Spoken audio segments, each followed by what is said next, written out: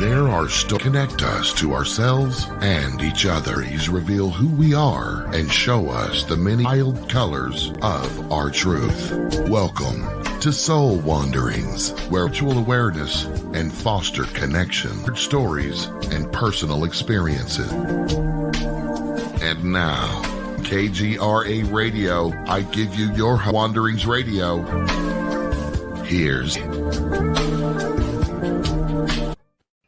It's Wednesday night, and this is Soul Wanderings, and I am a host.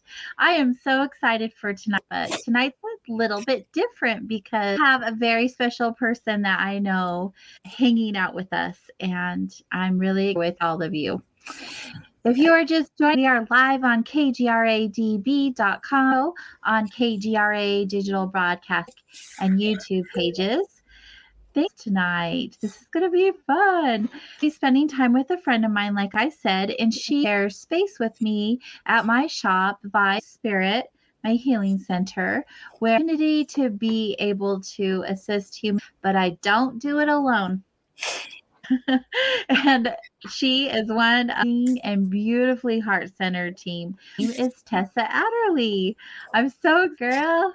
Thank you. I'm excited to be here as well. Tess is a psychic medium, a tantra energy healer, and she also practices other modes, human design, astrology, love cards, all kinds of things. And most of her clientele is all over the world, online workshops and readings. And tonight, because I know we are with people all over, and we're going to learn if time allows. She giggles. If time allows, we're going to be opening up and I say that, but we're planning for the stay tuned because we want time for that amazing reader. Hi. We should disclaimer for everyone participating. This you have the most adorable giggle, and we're gonna because she giggles a lot. Life is cool, so. But take her seriously as a legit human being. Love your childlike, playful nature. We as humans forget as we grow into our adult, get to be giggly and fun. So I love that. Love having that energy around me. Thank you. So it only took work, to let my play, and now it's not going anywhere. So it's definitely here. Well, right. Isn't that what happened? Like really big, challenging things or whatever that is. And on the other side, step more into our true selves. Yes. What we're here to do is to have and experience it and learn soul. What does it resonate? Like my energy to spend time being angry or upset. I got too much good love to give to waste my energy being angry or sad. That's something that I admire about it's an observation. I feel like I've known Tess but honestly, she's only been in my life for a few, but it was like instant. Like, I love this. I don't do that with very many people, but I'm like, I'm going to keep you. Be friends. Yes, I'm not good at it. Lovely, cute self. Like you said, you've gone through things in order to and be who you are today. And I people when they go through stuff and then come out like you, like happy to be alive the experiences. But what did your life before this thing, this new adventure that you're on is pretty new, and you went through things in order to your life like what? Tell us a little bit about yourself. Like leading up to me stepping in, it was I don't know how else to explain it, back-to-back tower moments. It was just moments where it's is this my life? And it's almost the only word I could describe it my life was before I started working on me. And all of the things was depressed. I didn't have anything to smile about. I went through, I think about a week ago, and I was looking at pictures of where it was before I stepped into this role. And it's almost you could see that I had no life in the pictures. There was no life to my face. I wasn't excited about anything. It didn't have anything pushing me forward. And it was kind of depressing. So before that, my first memory started when I was 3. And not only memories about my gifts and my gifts developing and me really be opening myself up to that, but that's when my childhood trauma started too, was when I was 3. That's when my abuse started.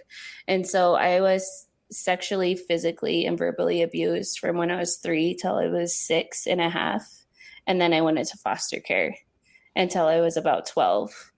And then after that, I came back home, and then I got raped by my brother's best friend right after coming back home from foster care. And it was just several things that like kind of took place after that, that was back to back throughout my whole life. And then when my dad died, it was kind of like, I'm tired of feeling like this. When is it going to get better? How do I make the inside of me feel happy? Because I could do all the things on the surface, but I don't want to live a life where I feel good on the outside. I want to live a good life where I feel good on the inside. And how do I get there? Yeah, that's a lot of life experience to have, especially as a child. And I mean, I relate because my experiences throughout my life are similar to yours. But the way that I look at you now, and knowing even before now, because we've obviously had conversations, but Yeah. knowing the things that you experienced, I just, it's so profound to me that you are who you are today. And it gives me faith and a belief in people, like humankind in general, that there may be really crappy experiences and we may go through the worst things you can imagine, but we don't have to be what happened to us. We can change our story. And I find it very courageous. Yeah. So like my thing was, I was like, I could either be the victim forever, like that will never change. Mm-hmm. Or I could be the person that overcomes what made me the victim and help others do the same. And living a life that's more fulfilling than what I was doing. Before I stepped into this role, I was in healthcare, and I loved caring for others and helping people and being that healer, but I was in the wrong field of healing. Mm-hmm. I could put a Band-Aid on a cut, but when you go home, like you're going to sit there and think about the trauma that occurred with that. Right. Well, healthcare. I'm laughing because, so there are so many healers in the healthcare industry that do that. They'll go into healthcare thinking, I just want to help people and I want to be there through their healing journey. And some of them are so empathic or so gifted, just like you, that type of environment really literally sucks the soul out of you. I don't know from experience in healthcare, but I know when I wasn't living my purpose, I felt like I was suffocating. I literally was, what is the point to all of this anyway? Like, why am I just living to work and working to live? It just makes no sense whatsoever. Yeah. And with healthcare, it was almost like I worked in the ER, I worked in the OR, I worked inpatient, I worked at nursing homes, I worked outpatient. There were several different avenues. I would always switch because I'm like, okay, this isn't working. Let me go to another department. Mm-hmm. And I kept on moving, but I didn't realize that like every time I was around someone, like when I was in the ER and they were sick, I would always go home sick because I touched them. And Mm-hmm. I have all my clear senses. So I'm very sensitive to touch. Like when I was getting my hair done, she like touched my hair and I was like, you have a cavity. She was like, how do you know that? I was like, well, you touched me. That's how. And so I didn't realize for the longest time that I was picking up on everything that they were experiencing. Like I would go to the doctor and I would sound like I had bronchitis, but my lungs were cleared. And it was just, I wasn't shielding or protecting my energetic field when I was in healthcare. I was just absorbing Mm-hmm. some more. Right. Were you just not aware if that was a thing at that time? I didn't think I needed to protect myself. Like I was so like oblivious to it. Like I would be in the trauma bay with like a critical patient and be like, my chest hurts. Like, why does my chest hurt? Like, why am I feeling this? Am I having a heart attack? And it wasn't me. It was the patient that I was next to. Wow. Wow, that's incredible. I would imagine that would be really stressful. Yeah, it was a lot, but I've come to the conclusion now that I don't think my role as a healer is not going to be meeting people Mm-hmm. during the worst time of their life. Like helping them through grief or trauma or sexual abuse, like all of the things. I'm always going to meet people in the middle of their mess, and that's okay. Mm-hmm. Yeah. No, I feel like that's a great place to meet them, right? I remember going through all the things I went through, and this was before I was even spiritual at all. And I didn't know who to go to or what to even do, the first steps in getting out of the situation I was in or healing from this experience I had. Like I feel like I did everything all alone. Now hindsight, I know I didn't. I know we're not ever really alone, right? We always have a way of being guided. But at that time when you're in the thick of it, you Mm-hmm. really feel that way if you have no one to reach out to. And that's what was so important to me to open like a space like Vibes, is so that there is a place people can go to, right? Yeah. And I love that's where you meet them. I think that's a perfect place to meet them. Well, and I love Vibes because I really struggled with finding people that were in spiritualism that really were in there from a place of like good intention and Mhm. heart-centered stuff. And it's really hard to come across because there is a lot of people that are spiritual, but it's very money driven. Mhm. Or those readers that are like, I'm going to tell you what you want to hear, what I think you want to hear, instead of telling people what they need to hear. Yeah. And there's Yeah. a vast difference in the two. And I always tell people, I'm not going to tell you what you want to hear. I'm going to tell you what you need to hear and what spirit has for you, and we'll go from there. Hmm. Yeah, I see, and I feel like that's a perfect place to be. I don't want anyone to necessarily hold my hand and tell me what to do, but people do. We're not those people.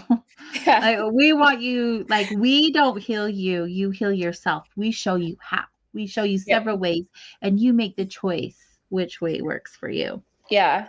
Like ripping that band-aid off, like in a gentle Mhm. way, but with a smile. Mhm. Um, and when I first started doing lives, I had clients that would tell me, like, you do it with like a smile on your face. And I was like, it's not to be mean, but I see like where it goes. And that makes me happy. Like, I see Mhm. where you're going to go.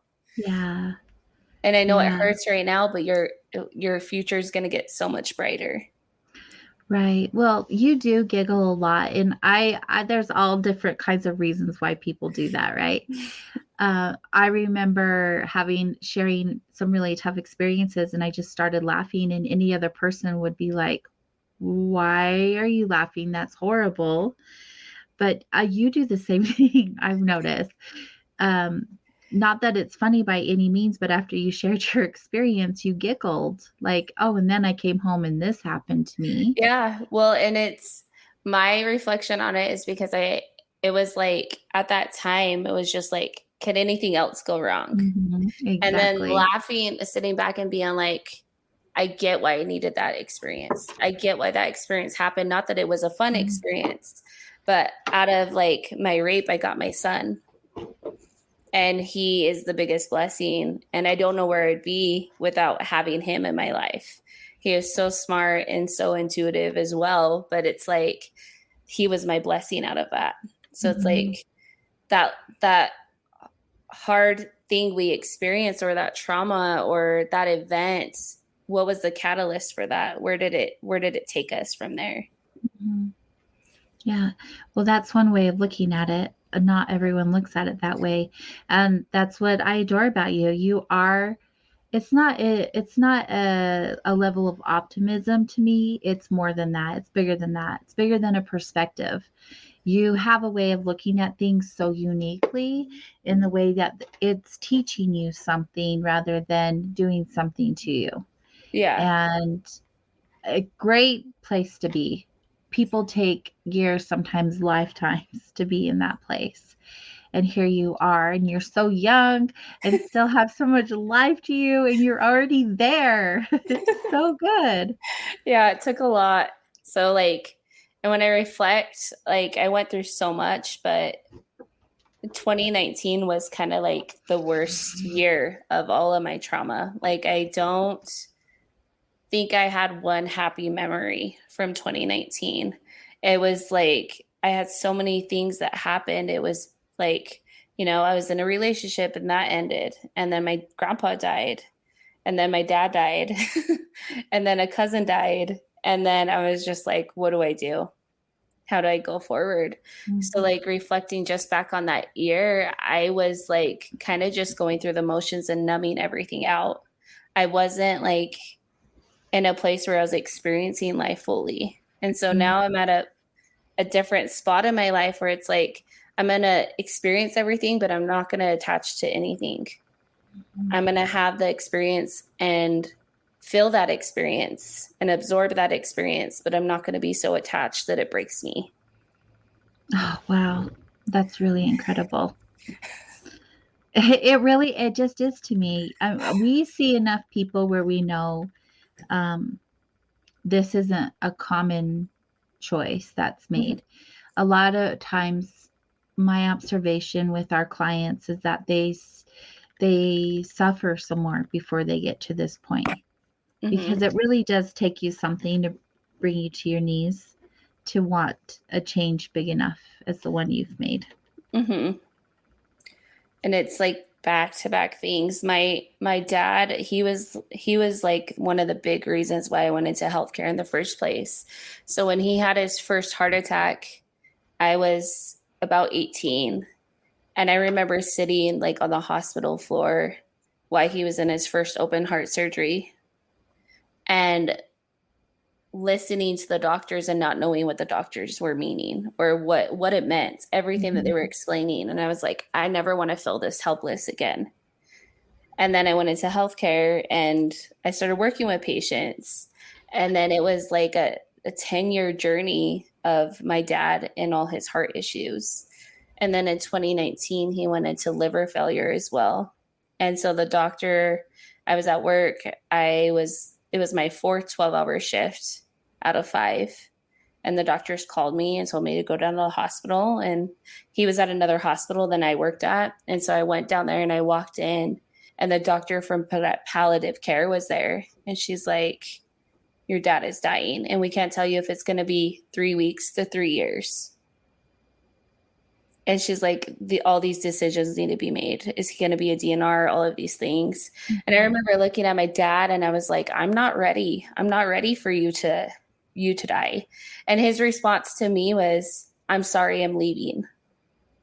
Like he already knew. He already knew. And he was apologizing for leaving. And I'm like, how crazy. Like you just got like one of the worst news of your life and you're apologizing to me. Yeah.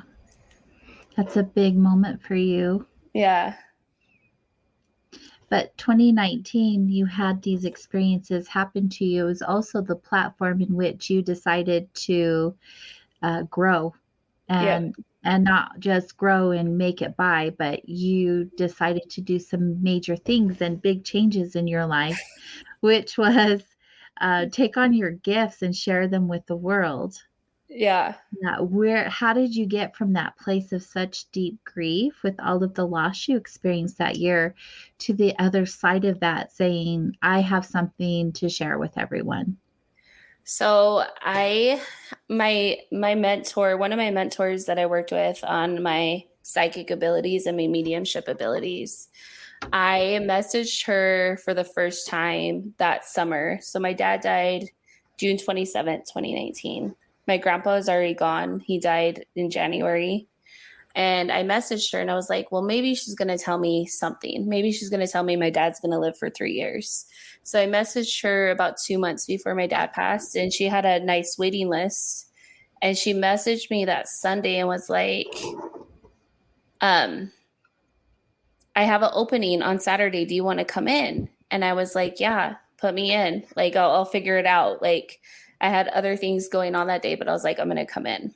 My dad died that Thursday. And then I went in and I remember I sat down and she looked at me and she's like, you don't need me to do this. She's like, why are you here? And she's like, you don't need me. She's like, you've been doing this your whole life. And I was like, okay. And then I just like started crying, and she was like, I get your tears. She's like, but you don't need a medium to connect for you. She's like, you're already a medium and you know that. And she's like, and you've been like kind of suppressing that your whole life, like looking past it. And she was the one that kind of like was that tough love. Like, I'm not going to let you sit here and say that you need me when you don't. Mm-hmm. Yeah. And so she played a big part at the beginning. And then I remember when I first picked up my tarot deck, and I got a tarot deck, and this was one of my first ones. It was Walking with Heaven. And I was like, oh, I'm going to get a message from my dad out of this. And I pulled it out and I saw him and his energy, and he was like, put the cards down. And I was like, why? They're cool to play with. And he was like, no, put the cards down. And he was like, you're breaking my heart. And I was like, what do you mean? He's like, look at what you're doing to yourself. You're not living. You're not like thriving. And he's like, and it's breaking my heart watching you do this. And I was like, you're right. Like, what? How did I get here? Yeah. And so I called my mentor that I started working with, and I was like, I really want to start fine tuning my gifts. And she's like, okay, come in. And I went in and I saw her, and she took pieces of paper that were folded up, and they had names on them. And she's like, which one's dead? Which one's living? And I would answer, and she wouldn't tell me till after. And she was like, you're right. Which one's male? Which one's female?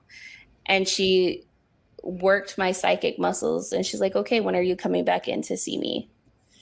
And we went through like activities and games on doing that. Touch this object and tell me about this person.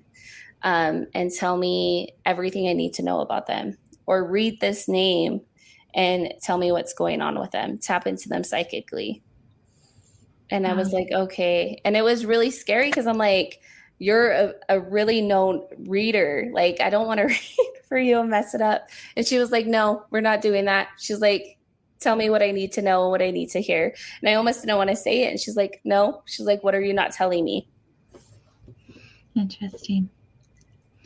That had to have felt good. But you've had these gifts all along. And I want to learn like how you knew you had them and for how long you had them. But we're going to have to take a quick break. Okay. Tonight we are wandering with Tessa Adderley. She is a psychic medium, and she does a bunch of other things. Tonight we're going to open up the phone lines, the second hour of the show, so stay close because she's going to be taking some on-air readings. We'll be right back.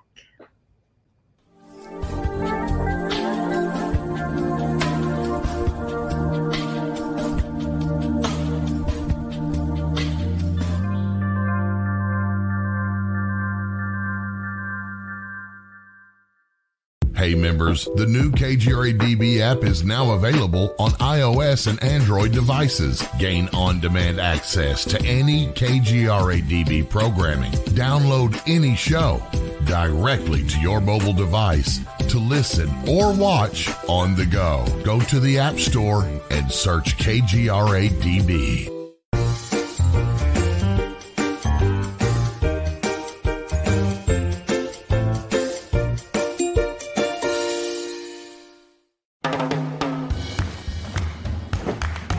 I don't want to talk about it.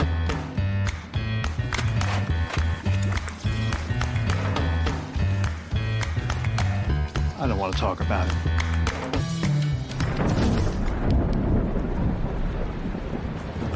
Families don't have to talk about everything, but they should talk about how to plan for an emergency. Get tips and resources to make your family's emergency plan. Welcome to the new KGRA digital broadcasting website, thekgradb.com. Here you'll find great new content, including the KGRA Classics, great shows from our archives. You'll be able to see the show times and information so you can see what show is currently on air. The On Air Live button. So just go to this section and you'll be able to hear the show live with exceptional sound quality. We also have the Vault section. Make sure to subscribe to get access to great content and special features. We have the make content for our latest news and events, so make sure to sign up and you can be part of our forum. So make sure to check out the new KGRA digital broadcasting website, the KGRADB.com. We look forward to seeing you there, and we hope that you enjoy the new website.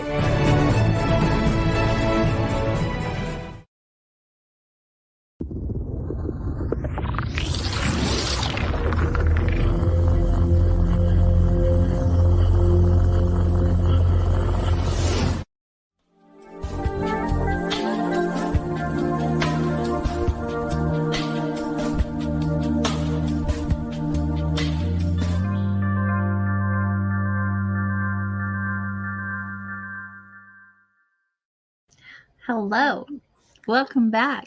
This is Soul Wanderings on KGRA Radio. So good tonight. We have this magical human being hanging out with us. Tessa Adderley is our guest, and she's a psychic medium, tantra practitioner. She does energy healing, and trust me, I've had a reading and energy healing with this woman. That is not Reiki that she says she does. It is something way bigger than that. And why are you giggling? I'm not even kidding you. I've had energy healing done from, easily over 100 people. At first, I didn't want anyone in my energy. I'm like, nope. But once I realized how amazing Reiki felt and helped me, I was like, okay, anyone that I felt good with, I'm like, do energy work on me. Tess, you do something like no one else I ever have known. She literally, I had a really bad migraine for like 3 days and I just could not take it anymore. And she had a cancellation at my shop. So I'm like, I'll take it. Let's do some energy work. Maybe that will take away my headache in a day or two, because usually with energy work, it doesn't happen right away, but not with you. You literally pulled the pain from me during the session. I had it and then I didn't have it. It was incredible. I've heard that so many times, like not just by you. That's why I laugh, because when one of my friends, I actually did my Reiki class with her, and I did a session with her, and then we went out to dinner a few weeks later, and she was like, okay, I have a question. She was like, we took Reiki together, but that wasn't Reiki. What was that? And I was like, what do you mean? So it's super funny, but I've heard that so many times, and I never want people leaving with more pain than they came in with. It should be your relief. You should be able to break it up and pull it up.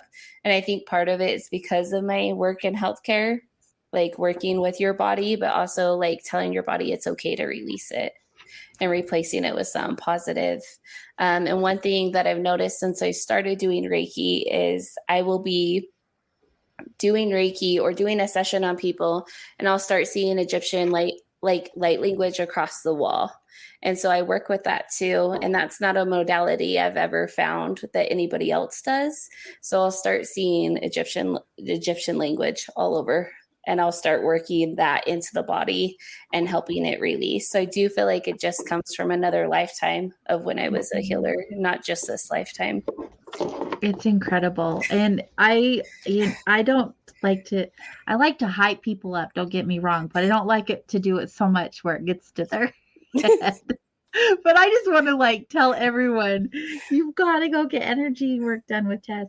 You can do it long distance also, correct? Yes, I do a lot of virtual clients. So, yep, I could do it distantly or in person. That's awesome. So you don't have to come to Vibes if you're not local. You can actually just make an appointment with Tess and have some work done. No joke, you guys. I am not exaggerating. It is so good. It's crazy good. And what was really awesome during the session when I was laying there, she doesn't take an hour. Like she gets in and gets the work done and we're done in like 30 minutes. And I could feel like it felt like cold water going through my veins. Like I could literally feel the energy moving through me. And my circulation is so poor from the MS that I I sometimes can't even feel, like if you touch me, I can't even feel it, or it's the opposite where it's like really bad nerve pain. And it felt sometimes like the best way to explain it is if your foot falls asleep and you go to stand on it and it feels pins and needles. I felt like that all over my body, like you were bringing the sensations and feelings back to me. Good. It was like, I'm still blown away. I'm like, I want to do that again. And I will. She's conveniently located at my. Yeah, right after work. So good. Okay, but we'll get back to the subject before the break because I wanted to know, you were in those mediumships and they're like, you have this ability. Did you know that when you went in? Or were you just thinking maybe, and let's go to a mediumship program and they'll teach me how? So I always, like, my first message I delivered from spirit was when I was 3. And so I've always had that, but it's like, I feel like when we grow up, it's kind of like people tell you that was just your imaginary friend, or that was just your imagination, or that was this. And you kind of like stop believing in yourself. And there isn't one person I have met that didn't go through that phase where it's like everything that you're doing is, BS. It's, it's not there. When I was 3, it was kind of one of my first memories is I was holding my grandpa's hand and we were walking around his property outside. He had like his little garden, but he had like a playground and like he had his own swing set in the backyard for his grandkids because he loved being a grandpa. But we were walking and I saw my shadow, my grandpa's, and then my great grandpa's. And then I like stopped and I looked at it and I was like, who is that? And my grandpa's like, what are you talking about? Like, there's no one there. And I was like, no, there's like you don't see the shadow, grandpa. And he was like, what are you talking about? And he was like, I'm your great grandpa Adderley. And I was like, he said his name is this. I was 3. I didn't know my last name. Like, how would I come up with that? And my grandpa's face just kind of like fell open. And I don't even remember everything I was telling him, but I was mentioning something about his health. Like, and I don't remember the exact words, but I told him something like that because his dad wanted him to go get it looked at. And my grandpa hated doctors. Like he would be dying and we'd be forcing him into the car because that's how bad he hated doctors. And his mouth just fell open. And it got to the point where so much like I would give him messages every time I was there. Grandpa said this, great grandpa said this. And he like one day he looked at me, he's like, I don't want to hear from my dad today.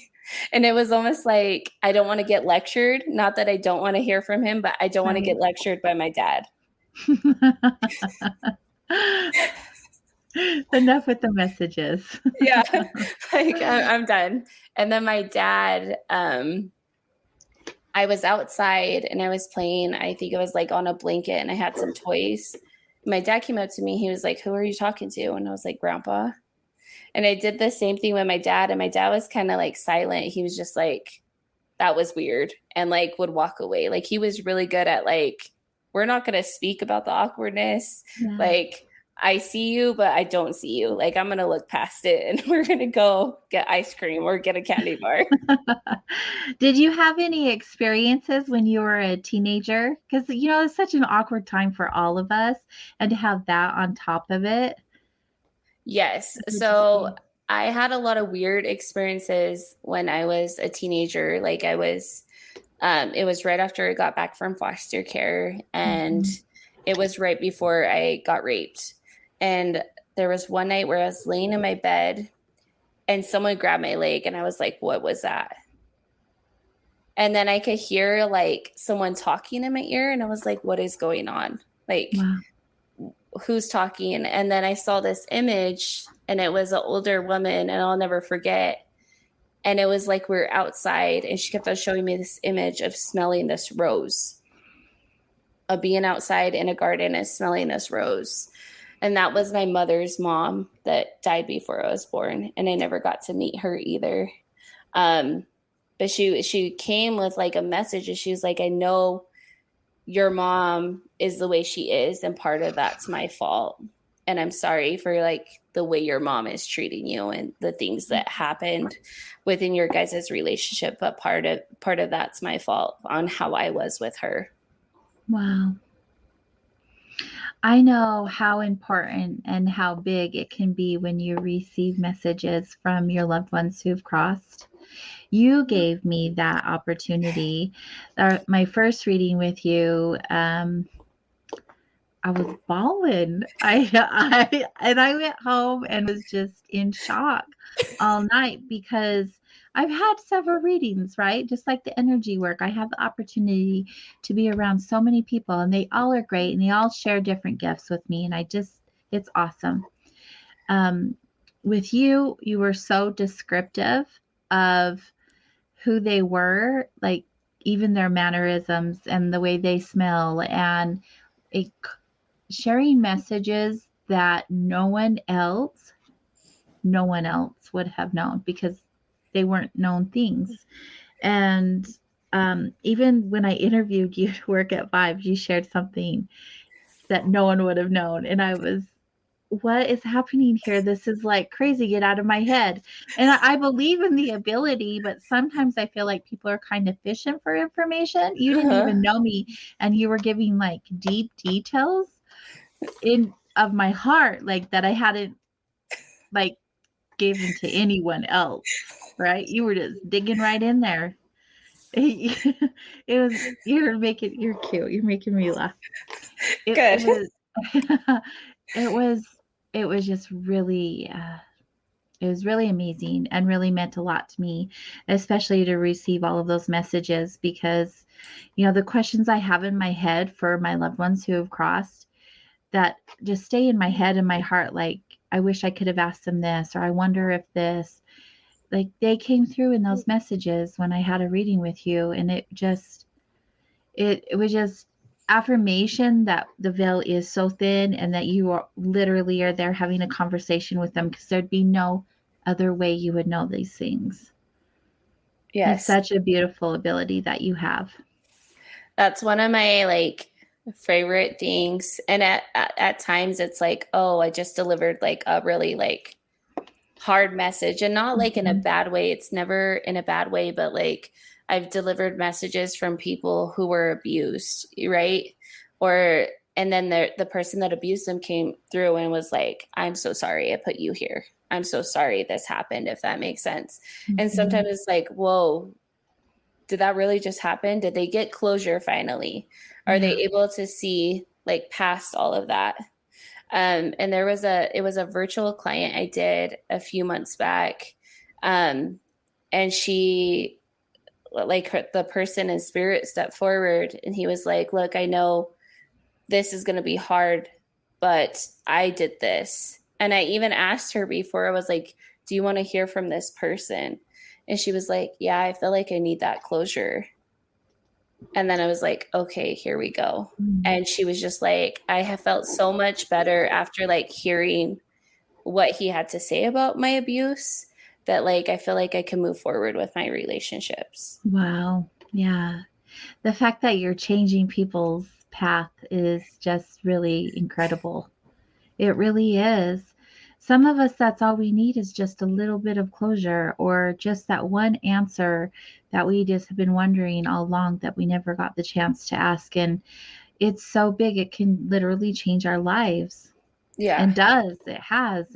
I mean, for me, that was unexpected.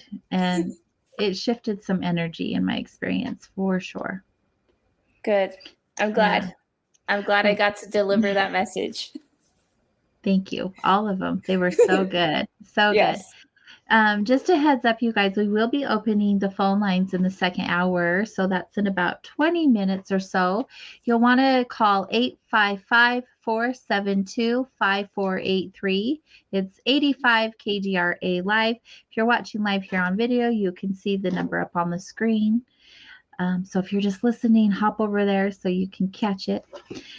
Phone lines again, second hour of the show. Until then, we're going to continue wandering with Tess. I keep calling you Tess. Her name is Tessa, but she goes by Tess. Yes. Either way. So you do. Oh, go ahead. Go ahead. No, go ahead. Were you going to say something? I was. So the reason why I prefer Tess instead of Tessa is because my mom caused a lot of like my mom was one of the first narcissists that I got to meet in this experience of life. And every time she felt a type of way with me, she would always call me Tessa. Mm. And so I kind of dropped the last two letters off of it and just went by Tess because I'm like, that story is not, I'm not her no more. Right. But it's still, your name is so beautiful. Thank you. I'll keep calling you Tess if that's what you like. Either way is fine. So we've had the opportunity to learn a little bit more about your abilities as a psychic medium and a little bit about being an energy healer, but you also are a Tantra practitioner.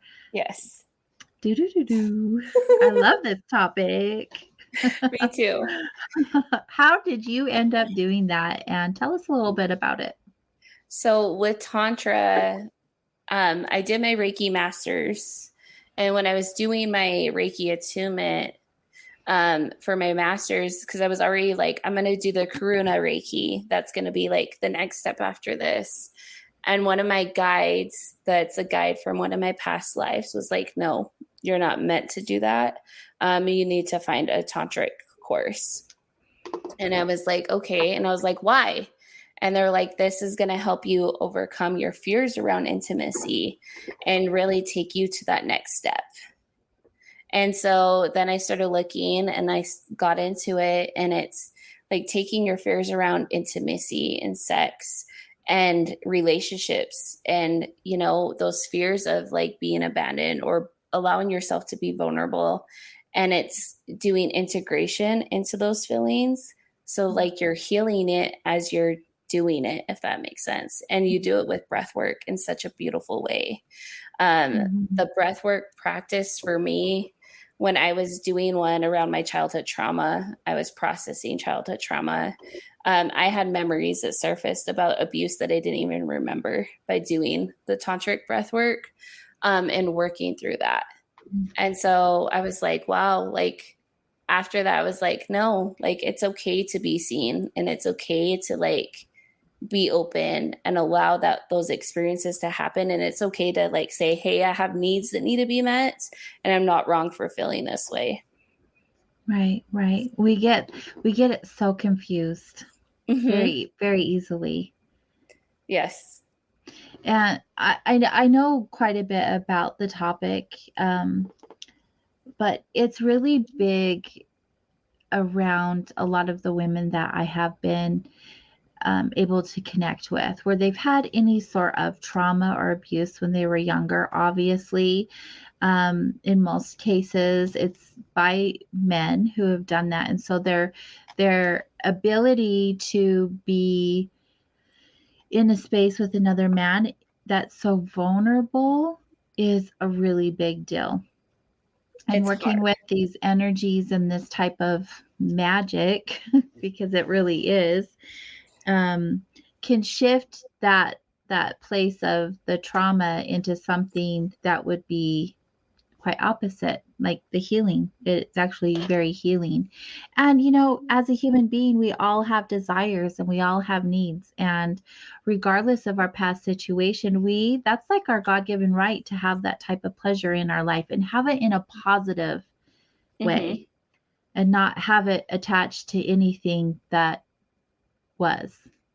Yeah. And it really, so since when I started doing breath work, tantric breath work, and I started tapping into that and working through my fears, it shifted intimacy with me in a major way.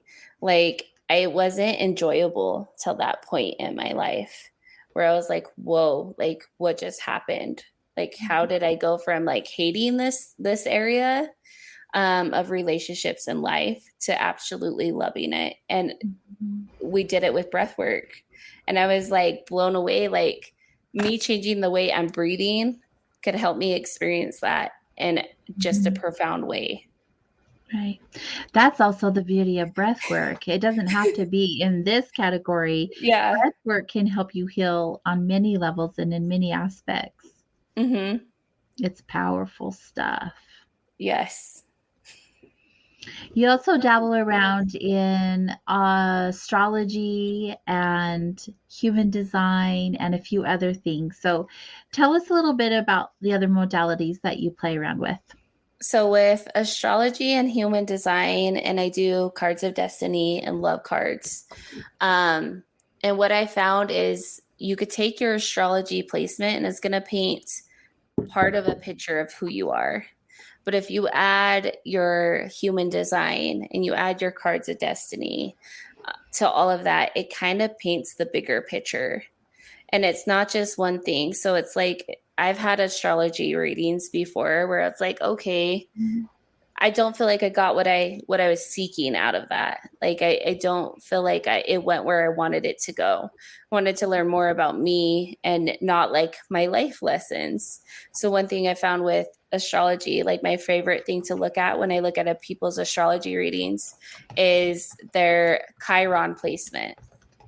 So depending on where your Chiron is placed in your chart, that's going to be kind of like your deepest wound. You could do so much healing around that area, but that's still going to be what you struggle with for your life. And that's pretty amazing. And then you break down human design and it's like, okay, you have this placement. So from 0 to 30, you're going to be experiencing. And from 30 onward, you're going to be enjoying life and being that role model. And everybody's human design and astrology is way different.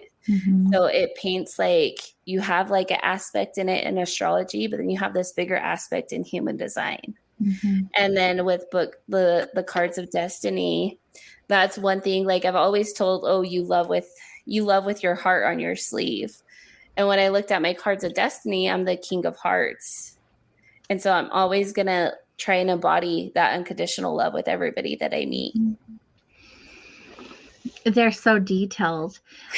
For those of you who've been listeners of the show for some time, you probably remember Natalie Peace.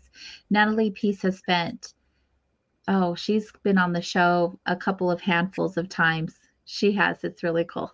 And she does human design, and she's talked about that on some past episodes.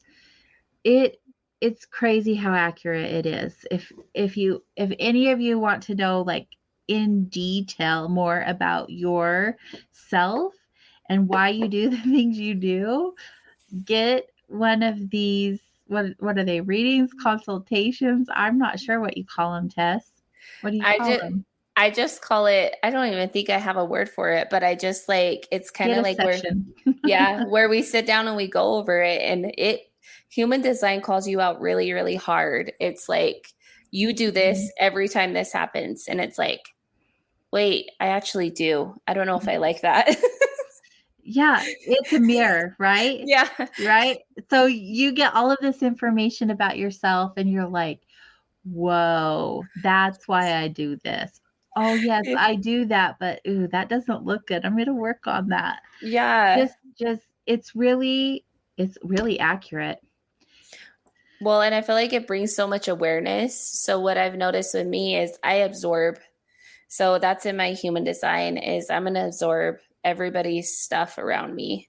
I was, not just because of my abilities, but that's how I'm designed too on that level. So I'm going to absorb everything. So it's like, since I've done my human design and I've brought awareness to it, I'll catch myself and be like, wait, that's not my story. That's not my story to take home. And I can have compassion and understanding for what you're experiencing, but that's not what I'm supposed to take home. Yeah. Yeah. Yeah. Just having the awareness is good. Right. But So when we open up the phone line, just to be clear, we're not doing human design readings or astrology readings. That's like a way deeper dive than just a few minutes of a call. So psychic medium reading. So what would that entail, Tess? so I guess it depends. Like everybody's a little different. When I do lives or stuff like this, I'm going to go either with the question that you have or where spirit is leading it. And I'm never going to tell you what you want to hear, what you need to hear. I'm always going to tell you what spirit has for you. And there's a vast difference between being, those happy readings that just be like, this is what they want to hear. I'm not going to do that. So, although it can be happy. Yeah.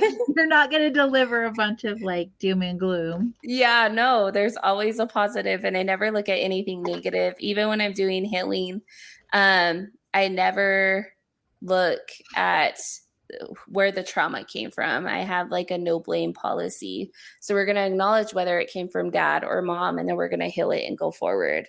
But there's going to be like no blame that's put anywhere. That's not my role as a healer. Yeah. And just for the sake, we obviously don't know who's calling in at all times. Tess isn't going to deliver any information that's going to like rock your world or shatter you here on radio. If she feels like she has something that's a little more sensitive or personal, we'll probably just gather your information or have you email one of us to get that information. Right? Yep. Would that be accurate? Okay. I figured so. You read my mind. Well, you just never know what comes through. And with that being said, we want to respect people's privacy. I mean, as much as it is pretty private on radio, it's not always, because, I mean, we have regular callers and we all hang out in the chat room. So you just never know. Just never know. Just a little disclaimer. Just a small disclaimer. That's all. That's all. Yes. We're going to take a break in a few minutes, but make sure you get this number down, 855-472-5483. A good way to remember that number is 85-KGRA live, LIVE. So if you have the little alphabet on your numbers, I don't know if they do that on all the phones anymore. I don't think so. I feel like that's very old school. But still the same. If it is on there, use it. If not, write the number down, 855-472-5483.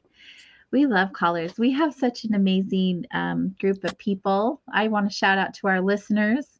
They're always active in the chat rooms on Facebook and YouTube on the KGRA pages. If you guys are watching live, head over there. Hang out with them. They're fun people. They talk about what we're talking about. They ask questions. And if you have a question, that's a good place to go too. And they have conversation that has nothing to do with the show. And it's entertaining to read. And then I have a few of them who make me really hungry, because on KGRA chat or Discord, what we used to use, they would just post tons of pictures of food because it's dinner time. Thanks, friends. But most of all, thanks for listening. Your laugh is the best. I love it. Now you're talking about food, and now I'm getting hungry. Well, it is 7:00 our time here in Utah. Yes. I usually eat around 7 or 8, and so many people say that's so late, but I don't usually get off work till this time. So yeah, and for me, it's like I feel like I'm more of a night owl. Like that's when it's at my peak for me, and I'm like, okay, I could go and eat a snack and then be up till 2 a.m. It's all right. It's all good. Okay, guys, we're going to call it good. We're going to head into the second hour where the phone lines will be open, like I said. So stay close. And if you want to call, now is the time to do it. Get in line.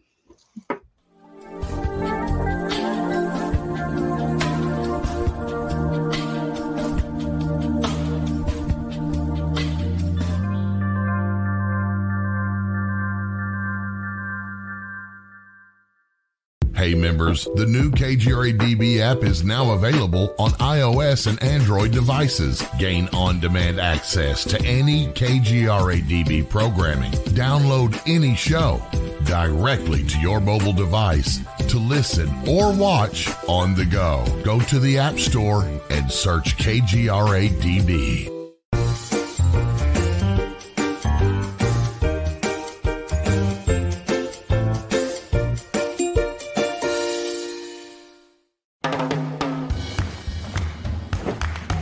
I don't want to talk about it.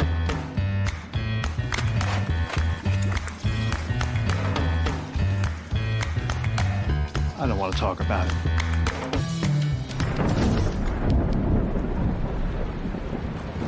Families don't have to talk about everything, but they should talk about how to plan for an emergency. Get tips and resources to make your family's emergency plan. Welcome to the new KGRA digital broadcasting website, thekgradb.com. Here you'll find great new content, including the KGRA Classics, great shows from our archives. You'll be able to see the show times and information so you can see what show is currently on air. The On Air Live button. So just go to this section and you'll be able to hear the show live with exceptional sound quality. We also have the Vault section. Make sure to subscribe to get access to great content and special features. We have the make content for our latest news and events, so make sure to sign up and you can be part of our forum. So make sure to check out the new KGRA digital broadcasting website, thekgradb.com. We look forward to seeing you there, and we hope that you enjoy the new website.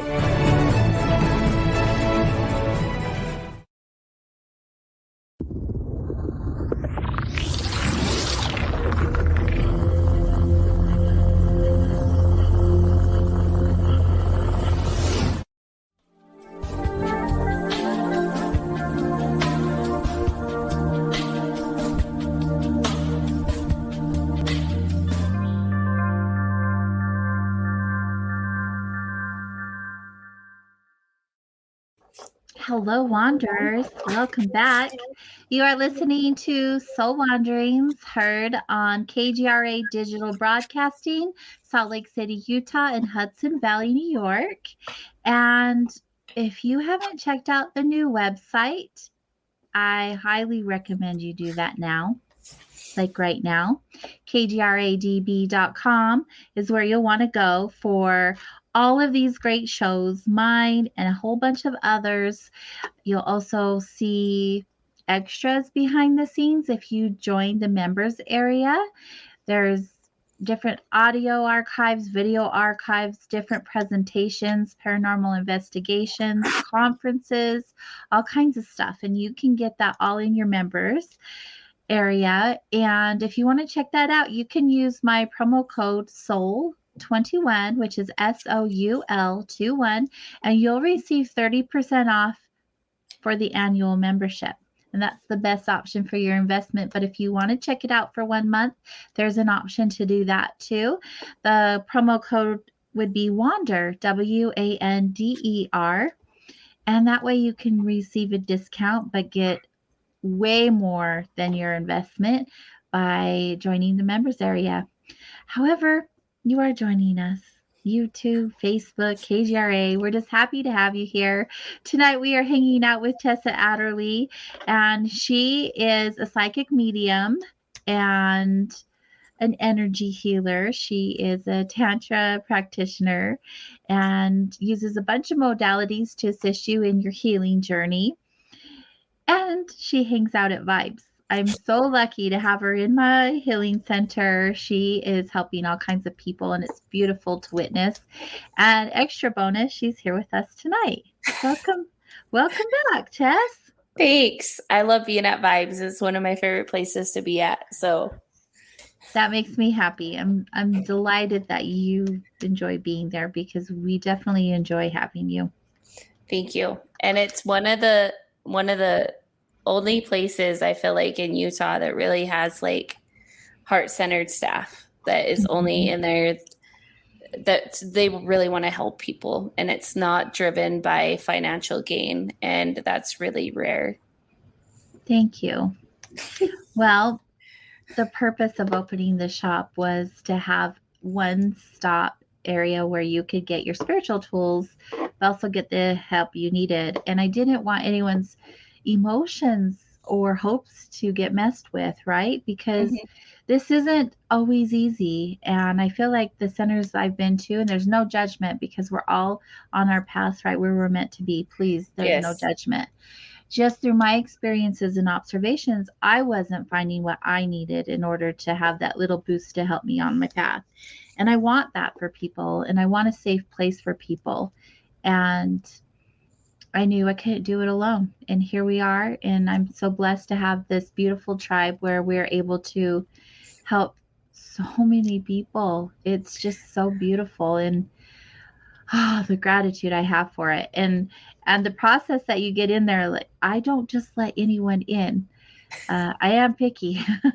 Yes, I love it. And when you interviewed me for it, you were like, I'm not okay with people telling clients, you have to come see me 10 times before you feel okay. And I was just like, I absolutely love that, because I never want anybody to be dependent on me as a healer or a reader. I want everybody to get to the point where they feel like they don't need healing, or they don't need a reader to give them that confirmation. But sometimes we do need that extra, like, yes, you are on the right path. Keep on going. You got this. And just like that little bit of reassurance throughout our journey. Right, right. Well, I find that was so important because I've heard practitioners say, you're going to need to come and see me this amount of times before you're okay. And it wasn't allowing them permission to be okay how they were even in that moment. Yeah. And to me, it was just so important that people were accepted and loved even in their mess, especially in that space. Yes. Right? Because that's where we need it the most. And so thank you for being open to that. A lot of people I weed out through the interview process because I tell them what I'm looking for and what I'm not looking for. And it's amazing how you see how small our group is. It's amazing how few stay. Yeah. But that's okay. That's okay. That's how it is what it is. Well, and I always tell people, like, when they're like, well, how many times do I have to come see you? I was like, I'm not putting a cap on that. I was like, if you feel like you fall apart in 3 weeks, then come back and see me. I'm always here. But I don't want you to be like, oh, I can't come back for a month, or I can't do this. I'm not going to restrict you. If you need more healing in a month, or you need more help in a month, then come back and see me. I'm always here. But I'm not going to be like, come back and see me every week. Right. And we have to meet X, Y, and Z. Because if you're doing okay for a month or 3 months or 6 months, and then you fall apart again, then come back and see me. And I feel like it's kind of like riding this wave when we go through life. We'll be up at the top and then we'll drop back down. And it's like, we need someone to love us during those moments where we're a mess. Exactly. Especially, right? Especially in those moments. It's so important. Yep. That had to happen. Sorry for the pause. You're fine. I don't know what's going on, but I feel like I can't get enough water today. I love your cup. Thank you. My witchy woo cup. Yes. So we have the phone lines open, and we already have a caller on hold. So I want to make sure we get to them right away. But for those of you wondering, the phone lines are open for the remainder of the show. You can call in 855-472-5483 in order to hop on the phone lines here and have a reading with Tess. So our first caller is Ronald from Minnesota, repeat caller. Thank you for calling in and supporting the show, Ronald. Hi, AJ, and hello to Tessa, and thank you for being here. And thank you, Bill, for the live call-in and all the fun you're giving me in chat with everything. Anyway. Do you have a question for Tess tonight? Or do you want her to just pick up on you? General reading, or general energy reading, I guess you can call it. I was going to ask you what the difference was between what you... So, yeah, normally Ronald calls in when we have Misty, and Misty reads your energy. So she reads the energy that's in and around you, coming in and out of your experience. Tess is a psychic medium, so she does things a little bit different. She can read your energy, but what she does is connect to... to spirit Whatever, around you or experiences around you and shares that information with you. whatever her process is, I didn't have the right clue as to what you were saying earlier. Thank you. Yeah, of course. So tapping into your energy, like I feel like you've been through a lot. Because I keep on seeing like the Tower card. And not that the Tower card is bad. I've never looked at it as being bad, but it's an upheaval, it's a transformation, it's like your spiritual awakening. You have been through a lot, but there's also a lot of heavy grief that sits on your chest. And I feel it's almost like a ton of bricks is like leaning against my chest. How are you processing your grief out? I try to keep busy, yes, mentally busy, and I try to keep just active with the mental things, Yes. So it feels like it's been like kind of like suppressed for a long time. Not that you haven't acknowledged it, but allowing that to surface and allowing it to integrate. And I promise you, you'll feel a lot lighter. You're not going to forget the pain or the grief or your people, but allowing that to fully integrate into your body, because that's not something that feels good to like have on your chest all the time. And I feel like you got in the habit of like doing so many things that you kind of forget that it's there. It's like almost like it's always there and it's not that big. What would you recommend my best process would be, aside from I am working on releasing my abilities, or to be using my abilities a little bit more, and some people have been seeing that and noticing that. But what would you say I could do personally as far as kind of a tuning up, tuning my energy centers, or whatever you want to call it? What would you suggest that I focus on? So there's several things you could do, but I do feel like you would benefit the best from doing meditations around letting go of grief. And there's so many amazing ones on YouTube that you could do. One of my favorite meditation channels on YouTube is Joe Tracy by Hypnotic Lab. And it processes it out for you, but also a second thing that you could do is when you have that grief that's surfacing and that's sitting there, try not to get your mind off of it. Try not to get into doing something else. Sit with it. And I promise you, if you sit with it, you'll actually feel less pain. I like that. All right. And what is the name again of that? Joe Tracy by Hypnotic Lab. Okay, thank you. It's a free channel on YouTube. It's one of my favorite ones. Oh, thank you very much. Thank you for the reading. I think you got it right on. A little bit different one than what I have gotten before, but I think you touched on quite a few points. So, thank you for that. And have a great night. And AJ, thank you again for a great show. Thank you, Bill. And thank you, chat. All right. Thank you so much, welcome. Ronald. Have a good night.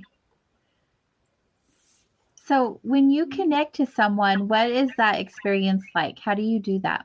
Or are you connecting to their energy? Are you connecting to their guides? What is it that you're doing?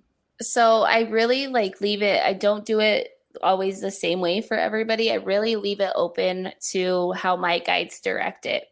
And so sometimes I'll just read their name and I'm already connecting to them, or hearing their name or their voice, or, if I'm on Facebook and I'm doing a live, I'm going to look at their Facebook profile picture and connect to it right there.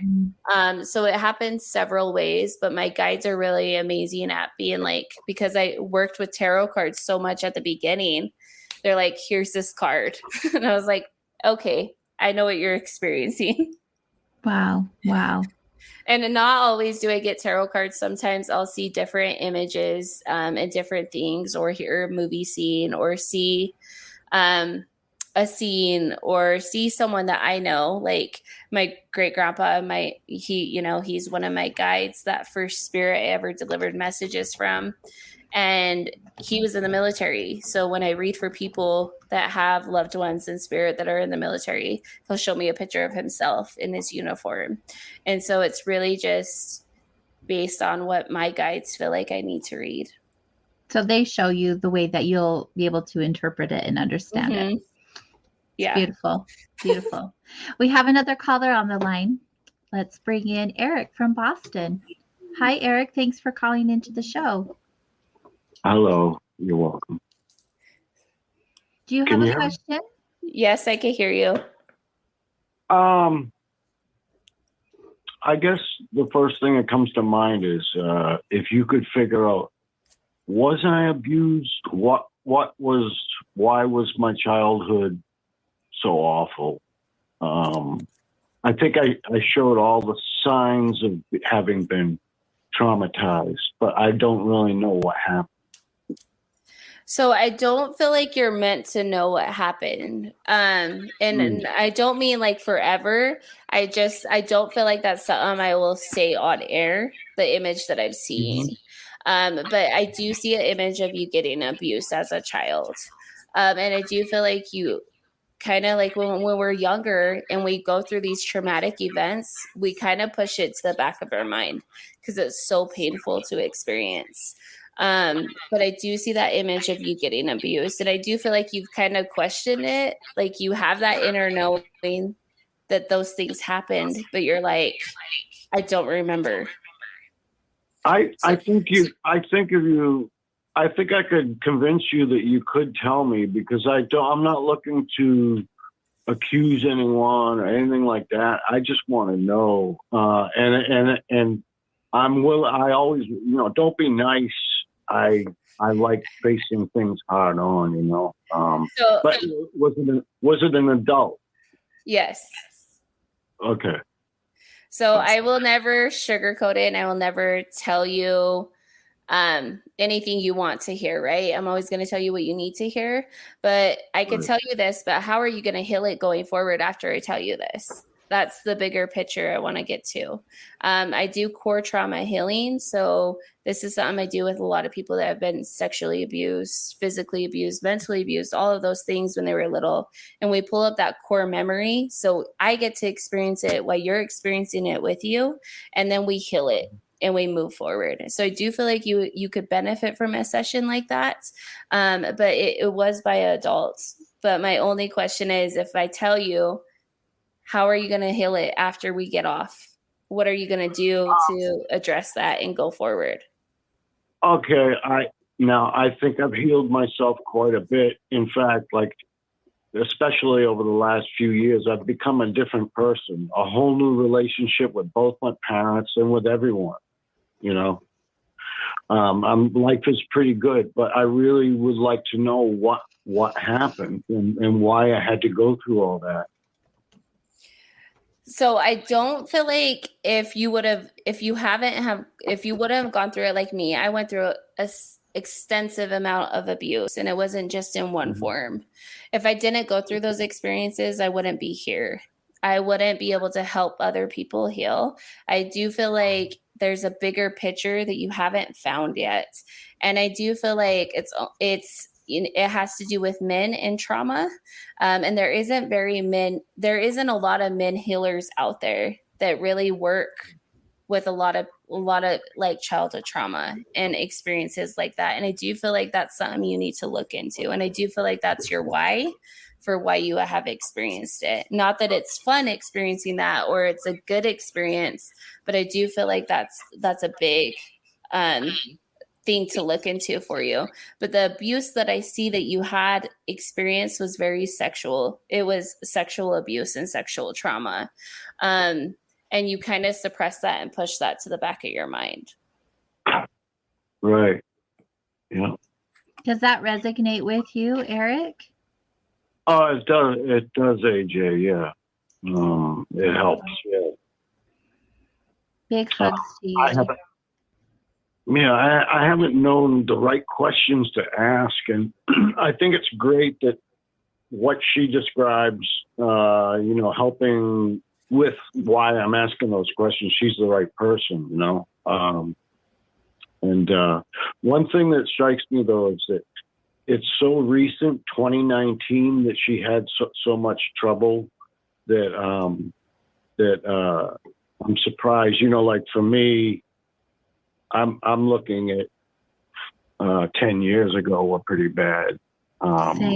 Same. I don't understand it either, Eric. Yeah. We're all on our own timeline. Yeah, okay. That's the thing, is it's so different for each and every one of us. I look at Tess and I think there's no way I could do this in 2 years. There's no way.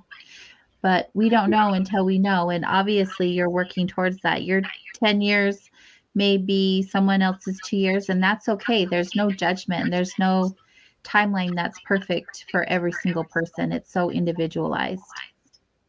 Yeah. Okay. All right. Thank you, AJ. And thank you, Tess. You're welcome. If you ever need any healing, I'm here. Okay. Take care. Thank you, Eric, for calling in.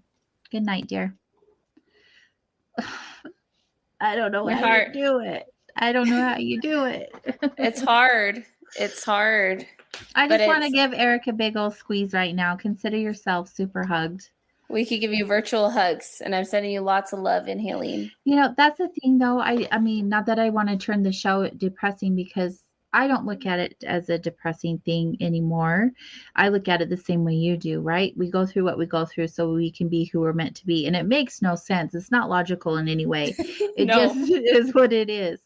But now I lost my train of thought, and it was really good. You were talking about going through what we go through and how it makes no sense. No, it doesn't. But, the repressing, how we get on this. So when you go through trauma as a child, we have no coping mechanisms. We don't know if what's happening to us is meant to happen to us. Is this normal? Does this happen to everyone? Is everyone's family like this, or whatever it is? I remember when I was young, I just knew it had happened, like from overhearing in my family. And I was like, oh, so it's normal. This is what's supposed to happen. Because it was being talked about, but no one was crying about it. No one was going to police about it or whatever. So you just put it away like, oh, it's no big deal. And then as we grow older, we forget a lot of our childhood memories anyway, whether they're traumatic or not, right? And I can see so many different scenarios on why something like that would be quote unquote forgotten about. But more, it's a defense mechanism. It's a survival mechanism. I feel like we can handle that type of situation as such a young human being. Well, we're kind of like at least with my trauma, and this is a theme I've noticed with other people, is we're kind of like told that our feelings aren't valid. Our emotions aren't valid. We're not actually able to acknowledge them, because as a child, we're like my mother, you have no reason to cry. My emotions are my emotions. They're not yours for you to tell me that I don't have a reason to cry. And then when I went into foster care with my mom, one thing that my first visit with her after I was in foster care, she looked at me and she goes, "It's your fault that you're here. You need to tell him that he didn't do anything." And I was just like, I'm not doing that. I had that safety to where I don't have to go home and be abused finally. Right. Bless your heart. I also feel like when we're adults and we start having those memories, some of that memory recall, it seems so surreal, just like Eric experienced. Like he thinks that happened. He doesn't know if his conscious is just making it up, or if he's watched too much TV or whatever the reason is, right? We question when our heart of hearts knows. Yeah. We're going to take another caller we have on hold. Let's welcome Dawn from Oklahoma City to Soul Wanderings. Hi, Dawn. Well, hello. This is Tessa. Yes. Hey, a pleasure. Hey, I just caught the show for the very first time about 2 callers ago, and I love it. I absolutely love it. I know being a psychic is real. Okay. This summer, I got diagnosed with end-stage liver disease. Do you have any inkling of how much time I may still have before I, change frequencies? So I don't feel like it's going to be anytime soon. And what I mean by that is I feel like you have a lot to do before you make that transition over. But I don't feel like it's going to be anytime soon. And one thing that I've noticed too is like you have this strong will to live, like very, very strong. Like you're like, I'm going to do this, I'm going to do that. And so like I see this image of when you got that diagnosis and you're like, I don't feel like I'm going anywhere though. And it's like kind of like hitting a chord. I will tell you my experience in healthcare. I've seen people that got a diagnosis and then they lived way past what the doctors had said that they would. And it's all because of their spirit and that will to live and that thrive that they have to experience life. And you definitely have that. Yeah, when they first told me, I went, well, that's okay. Because I've been a paraplegic for 7 years and had various health problems, lung, heart. I mean, just kind of stuff that makes you just kind of tired. But I've got two granddaughters. One is starting PA school in January, and the other one's starting RN school in January. And I have determined, even though they say about a year is what I have, I says, nay, I've got to wait till they graduate. At least I've got to see that. Which granddaughter is the one that gives you the most sass? Most sass? Yeah, I feel like one's sassier than the other. That would be the RN student. But, they're both so good. It's very hard to say. But a little sassier would be, no, actually the PA one. No, it's hard to tell. But they're both really delights. So yeah, and they kind of tell you what to do. They're like really bossy. Like, you need to do this. Like, I see that image of them being like, well, why'd you do that? But doing it like in a sassy, fun way. A little bit. No, what you're talking about is my wife. No, that's my wife. So yeah, they both do that a little bit, going, Grandpa, So, yeah, you're right. Yeah, I don't feel like you're gonna go anywhere anytime soon, and I do feel like you are gonna be able to see them both graduate. Well, that'd be swell. That'd be awesome. Well, very good. Well, I'm going to let y'all go, help some more folks, and I'm going to go tune back in. Awesome, Don. Thank you for calling into the show and being a first-time listener and caller. Have a good night. Well, you bet. Good night. Bye. Your giggle. Life is too short not to laugh. You're right. It absolutely is. For those of you who are just tuning in, as you can see on the screen is a call-in number if you're interested in receiving a psychic medium reading with Tess. The number is 855-472-5483. The phone lines are open now, and I think we're gonna pull in one of our brand new KGRA family members while we wait for another call. How do you feel about that, Chanel? I think we should do it. Okay, let's bring you on. She said, sure. Sure thing. Let's do it. Hi, Chanel.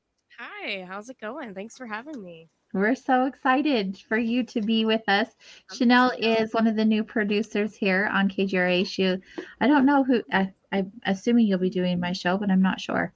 But anyways, that's neither here nor there. She's new to the KGRA family, and we're going to have her get a reading tonight. Well, thank you. Do you have any questions?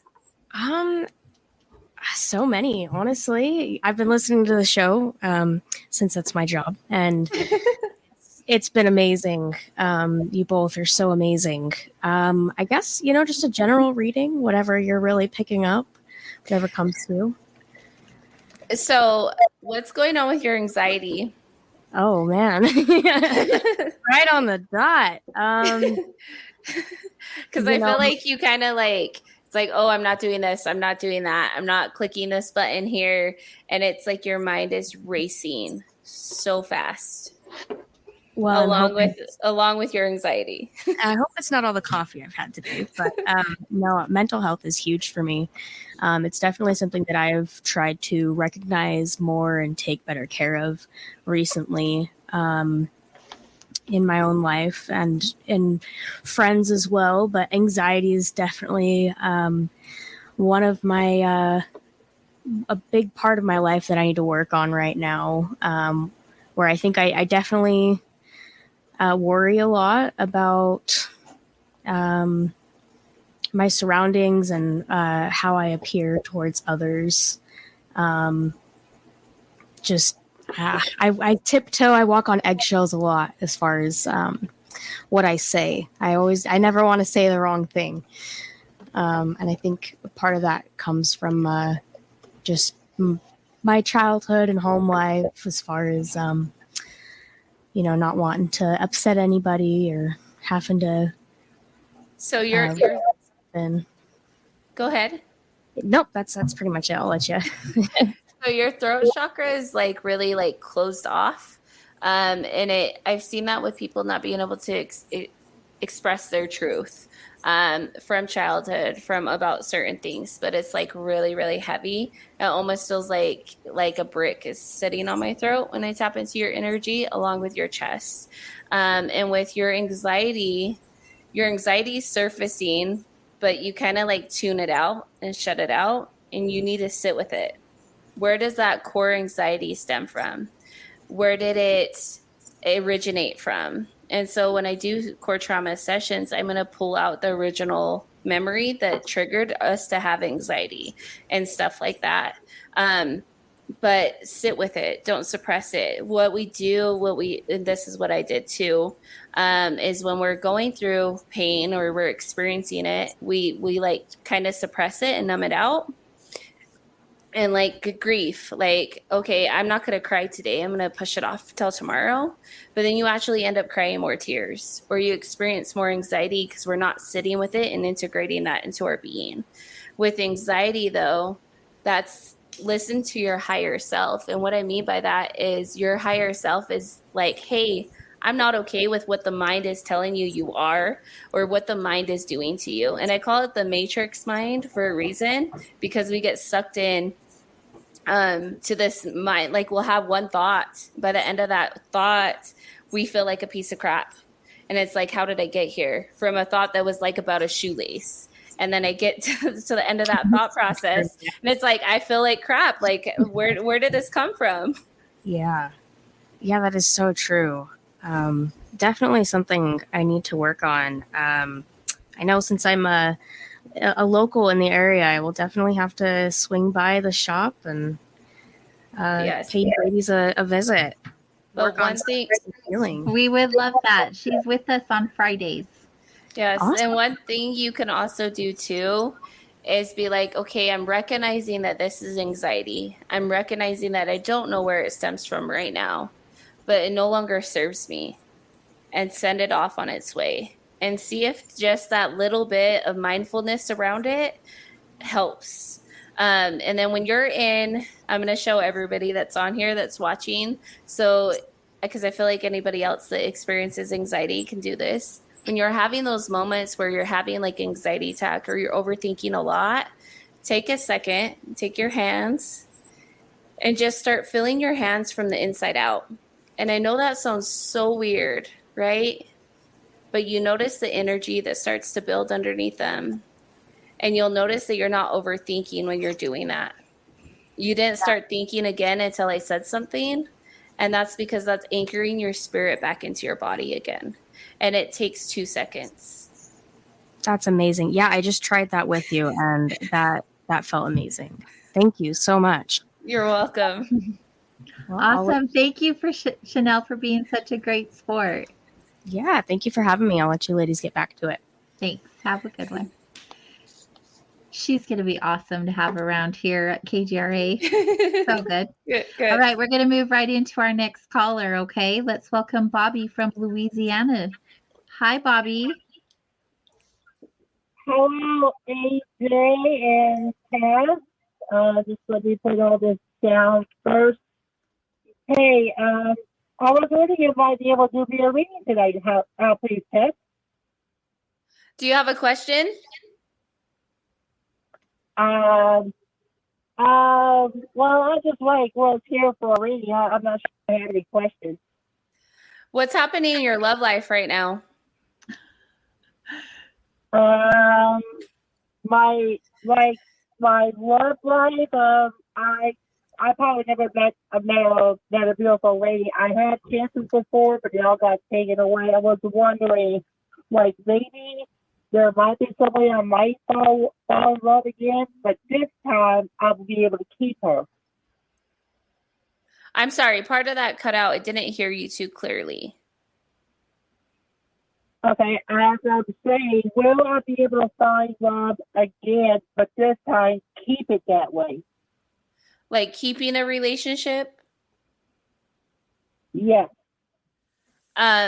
So I do feel like because of past experiences, there's been a lot of experiences that you've experienced with love where it's been one-sided, where it's been like you're always giving and you're not receiving the same way that you want to receive, and that your spirit needs to be loved.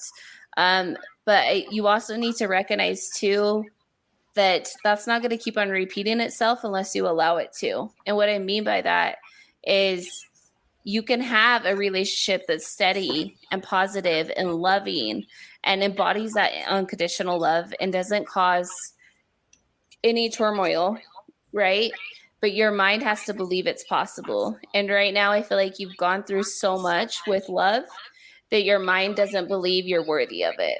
And so working on that aspect of yourself and believing that you are capable of receiving the love you want and you are deserving of that. And I do feel like that's going to be very helpful for you. Wow, that's cool. It is pretty cool. You are worthy and deserving. It will happen for you, Bobby. Yep. So say affirmation. I always tell people say affirmations for at least 21 days. So I am worthy of love. I am capable of receiving the love I want and desire. And the reason being 21 days is so important is because that's how long it takes your subconscious mind to believe it's possible and to form that pattern of belief. Mm-hmm. Yeah. Yeah. So good, Bobby. Thank you so much for calling in to the show again tonight. Yes. Thank you. Great show. Have a good night. Thank you. You too. I love all the people who call in. Me too. You have to, it really does take a little bit of courage to go on here. Even though most people won't know who you are, it still feels a little vulnerable. It's a little nerve-wracking, and it's like the whole world is going to see me. And it's like, oh, I don't know if I like that. I get it. Right. No, totally understandable. Phone lines are open at 855-472-5483 if you would like to receive a reading with Tess tonight. We still have about 20 more minutes to the show, so we have availability. I'm just looking at the chat. You guys are the greatest in the chat room. Thanks for hanging out. If you aren't in the chat room and you want to be in the chat room, go over to YouTube or Facebook, KGRA digital broadcasting pages or KGRA DB. That's where we're hanging out. It's good. Tess, your giggle. I was reading the comments in the chat. So cute. So you have over 100 tarot decks. Yes. Why? And I don't even use so them. Many? I have no room to judge. So I don't know how many. I haven't counted them, but I'm not maybe close. I love the artwork. Me too. My favorite one is the light shears deck. And that one, I actually have one of those tarot cards tattooed on me. It's the one that's on the back of my business cards. That one. That's one of my favorite cards. Yeah, but so even beautiful. the tower card, what really drew me to that deck was the tower card and how it's like a tree getting struck by lightning. Mm-hmm. And it's an upheaval, and it's not someone that's jumping out of a window. You like see that and you're like, that looks intense. Right, but it's a beautiful card. I love the tower card. But with the tower card, it means so much more than, trauma and pain. It's like I'm transforming in such a beautiful way that it's like our ugly beautiful. I don't know how else to describe it. Yeah. But I love tarot cards, and I never really pick them up. Sometimes I'll play with them in my hand, but there's so much. I start playing with mine when we talk about it. Yeah. This is a brand new deck, brand new art, brand new deck that just came out like just a few months ago. Oh, I love that one. So beautiful. Hey, but we have callers on the line, so let's get to that. Quite a few. They all called at once. Let's first welcome Maria from Kentucky. Hello. Hi, Maria. Hi, how are you? Welcome to Soul Wanderings, my dear. I'm happy to be here as usual. We love Maria. Maria had the opportunity to guest host with me a few episodes back. That was a lot of fun. Good. And she's a sweet friend of mine and the station. She's a big support. Maria, do you have questions for Tess, or want to just share with you what she's picking up? Well, I'm kind of trying to move forward in my life and leave some things in the past. And am I doing a good job or no? So I do feel like you're doing a good job, but I do feel like you're not like shy. I wouldn't use the word shy, but it's almost like there's people that are around you that kind of no longer serve you or where you're trying to go. And I do feel like you have a hard time like cutting people off and being like, not that you're like being like, get away from me, get out of my life, but you don't like that confrontation aspect of it. And it doesn't have to be confrontational. You could kind of just like pull your energy back slowly. But I do feel like there's people in your life that you kind of need to step away from that are never going to like get to where they should be, if that makes sense. Yes, that makes complete sense. Do you have questions about that? Lord, girl, you know my mind is like racing. I must be psychic.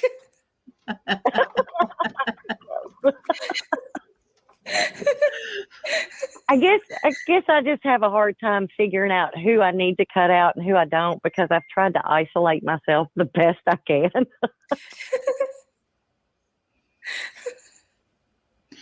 What makes you question that, Maria? Do you not? I shouldn't ask that in that way, but you know who's around you, and you know what feels good and what doesn't feel good. So, what's the question of you deciding who makes the cut or not? So, well, okay. So you put it that way, and I kind of figured out who it was. So. Okay. So ask yourself if those people that are in your life, if they're the ones that are always calling you every time they need something, could you call them and expect the same friend in return? Perfect. That's perfect explanation. Thank you. Mm-hmm. You're welcome. Good. Awesome. Well, thank you for calling in tonight, Maria. Good luck with the final cuts. Oh, I'll let you know, dear. Good night, sweetheart. That's tough. We bring people into our lives that once we resonated with, maybe, but when we grow, not everyone grows at the same pace we do. And sometimes it's not good to keep those type of people around when we're working on doing better. It's really, really hard. I cut off so many friends when I stepped into this role. Mm-hmm. And so many people that like I knew since I was a teenager since I was pregnant with my son. And then I had to say goodbye about them because it was always, those people were okay with me sitting in my bad habits. They were okay with me drinking and, you know, not acknowledging my pain and not like, oh, you're going through something, let's go to the bar. That's not where I want to go. That's not where I want to be. And that doesn't resonate for me. So it's like we create this like comfort zone of people letting us bypass our bad habits instead of being like, you could do better. I want to see you do better. How do we get you there? Right. That makes total sense. Let's move right along and welcome Anna from Arizona to the show. Hi, Anna. Hi. Hi. Thank you for calling in. Did you have a question for Tess tonight, or would you like her to share what she's picking up? Actually, I'm like watching it on my iPad in the living room, so I'm so sorry it threw me off. Actually, you know what? I actually called in because I tuned into your show. I don't follow the show, but now I will. Yay. I met her about a month ago. Hi, I absolutely love her. And in one session, this woman who gave me I guess it would have been a past trauma healing. I'm not sure what it was called, but was basically a year's worth of counseling. And I have been going through so much counseling, and wow, she does have some special gifts that I am so blessed to have fell upon her and been led to her in any form of way I did. And I'm excited to follow you, AJ. I've been watching a little of that. And like I said, I just signed up today, but I just wanted to do a shout out and I just wanted to say how wonderful she is. Gave me goosebumps. I have chills all over. I love that. Thank you for taking the time to make someone's day. Yeah. Oh, she's been wonderful. And I keep telling all of my clients about her. But I'm telling you, she definitely has a gift, and her smile and her laughter and her brightness is just a joy to be around. It's beautiful. I agree. Oh, Thank you that's so good. much. Thank you, Anna. That so makes my heart happy. I'm looking forward to our appointment tomorrow. I love you, girl, and have a good evening. Thank you so much. Thank you, Anna. Have a good night. Well, that was awesome. Yes, I love it. I love those messages you get along the way when you decide to show up and live your purpose. Yes. And you get these confirmations of like little niblets along your path saying you're in the right place. You're exactly where you're meant to be. I love it so much. It's so good. Let's welcome our next caller to the show. Hello, Jackie from Alabama. Hello. Hi. Hi there. Would you like Tess to give you a reading on what she's picking up from you, or do you have a specific question tonight? What she's picking up for me, that would be great, because I have a bunch of ancestors that hang around me. So. Oh, good. That's so good. I mean, I see like this little bit of annoyance of the ancestors that are around you, and not because they're there, but it's like, all right, you're not giving me direct messages. Yeah. So you're wanting more from them. Yeah, I was told by a reader, you're not talking to your ancestors enough, and they're pissed. And I'm like, oh my God. Well, when it goes to talking to them, so when you have them around you, they usually have a message for you. And I feel like kind of like with your guides and your ancestors that are around you, they're like, okay, here's a sign. It's that meme that's like, our spirit guides are sending us all these signs and we're kind of looking past it. Like we don't see it. Like they can't paint the picture big enough for us. And I've done that several times, like where we kind of walk past it. And I feel like that's what they're trying to get you to be aware of, is to pay attention to what's around you. I do feel like you see a lot of angel numbers, like 333, 444, like you notice them. Yeah.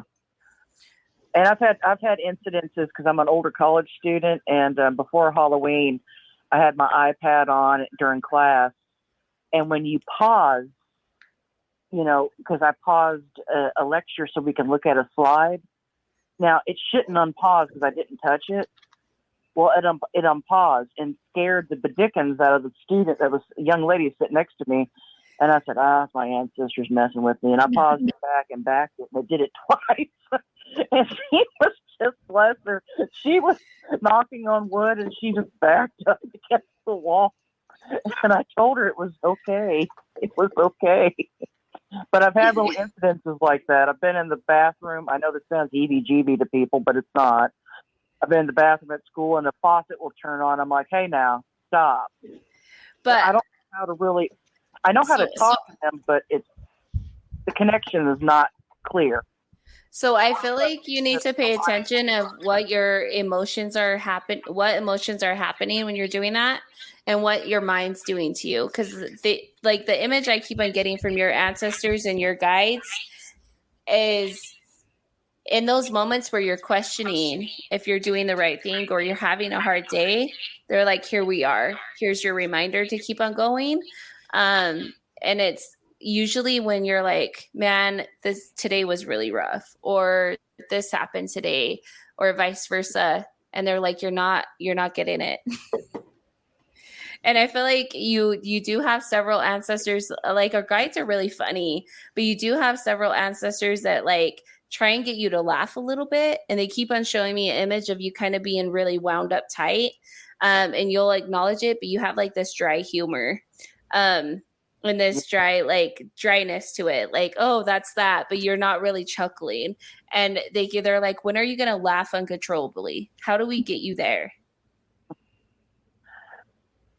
Yeah, because I love to laugh, and I just, like I said, I feel them around me. And okay, I'm going to be 50 next year. By the time I finish my rodeo of college, I'm finishing my undergraduate, but by the time I finish my master's, I'll be 55.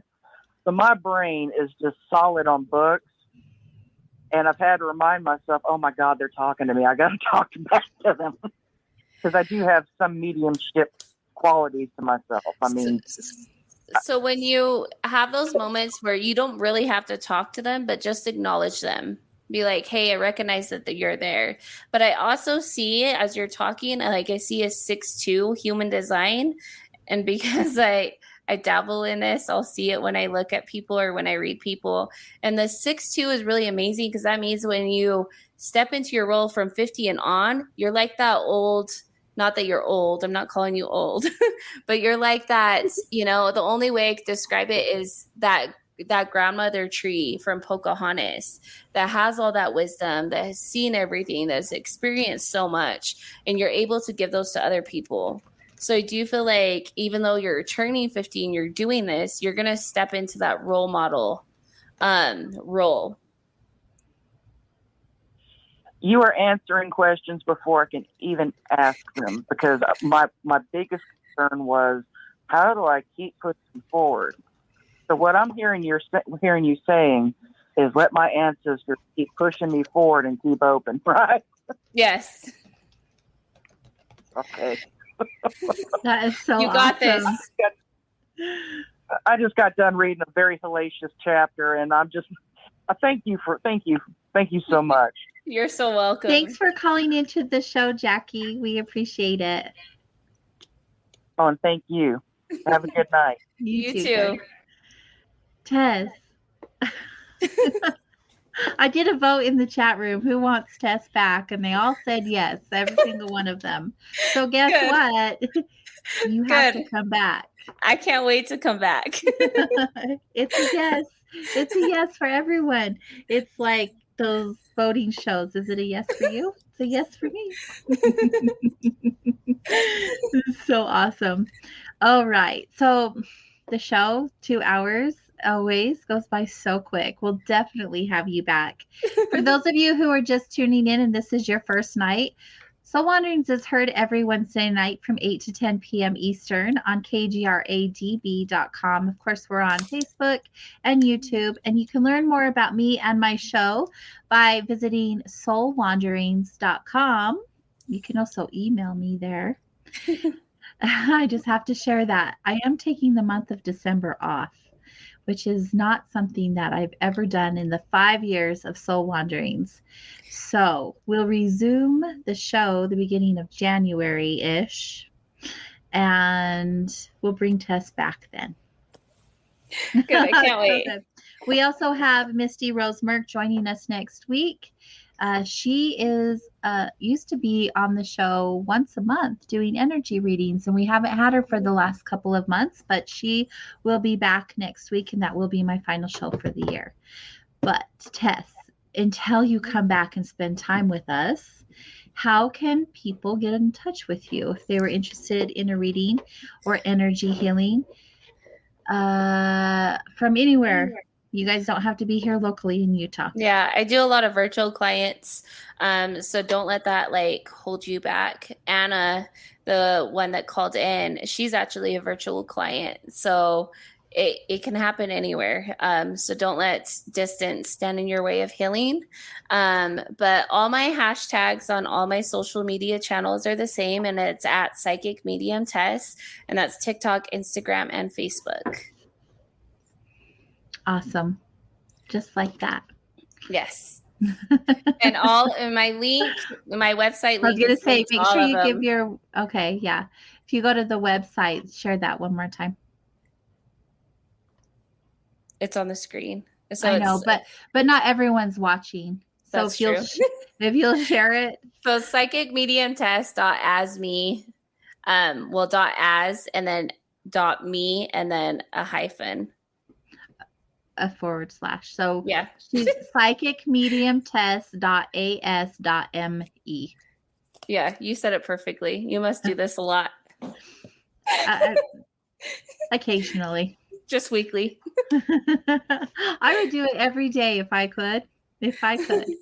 But it's a nice balance between doing the show and owning and running Vibes. I mean, I have a pretty good gig going on right now with life.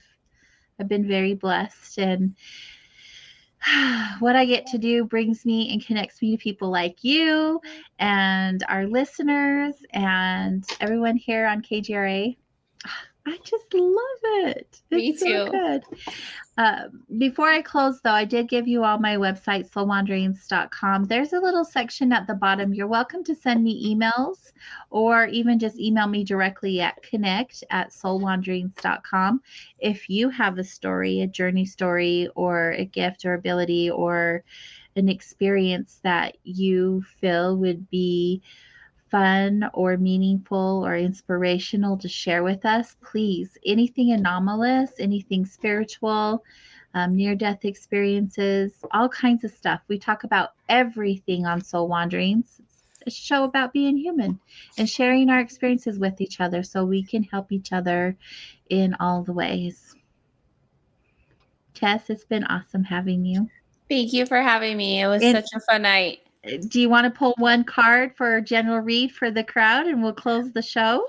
How about we send out some healing instead? Perfect. Same thing. It's all energy, right? I'm just for our audience. Okay, so everybody open yourselves up and know that energy is never going to go anywhere it's not meant to go. It's always going to go to the area you need it to go. So fill into that vibration, whether you're watching it or listening to it. And allow that energy to go where you need it the most. Where does that tingling sensation happen? What are you needing to let go of and release?